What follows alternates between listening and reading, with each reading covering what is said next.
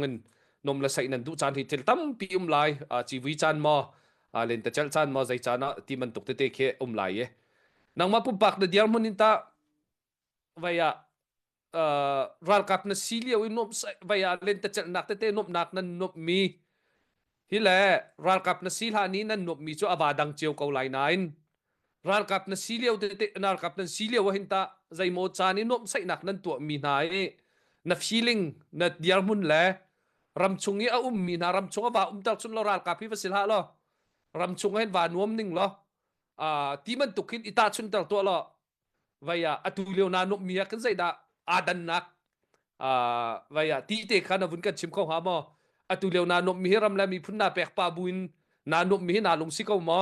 ava har pa bu zong en se ko se silawa ram la mi phun ni pek lo in nom tuk ko du to ki ko chunge ton len va ani nop khida vaya zai khida singa ti mi te zai ti kinda na compare ka ti mi te kha avunin hal ta ka du kalom ram takin nakin hoi la kom he he anuam bikin ka thai ko chin ral kan tuk team hun khat a chamna kan tu team tuk he anuam bikin ka thai ko ram chung ha kha jong cha chan chan te kan lu kho sual chan han akhin anom na khi ka thai ti lo nu le pa kam batlon chan ti han akhin zan kha zan hi kam varia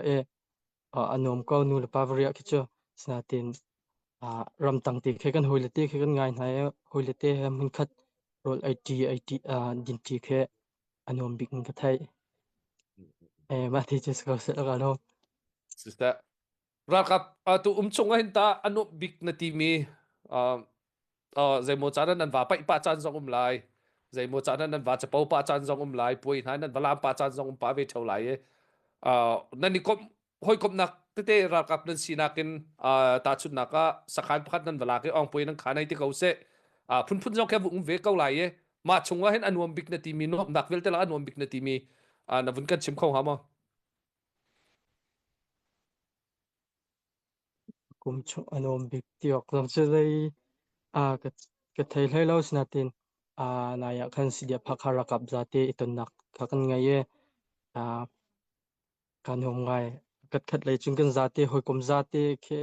skhomi po chu sidia phakha kap velte ton nak kan ngai tikhan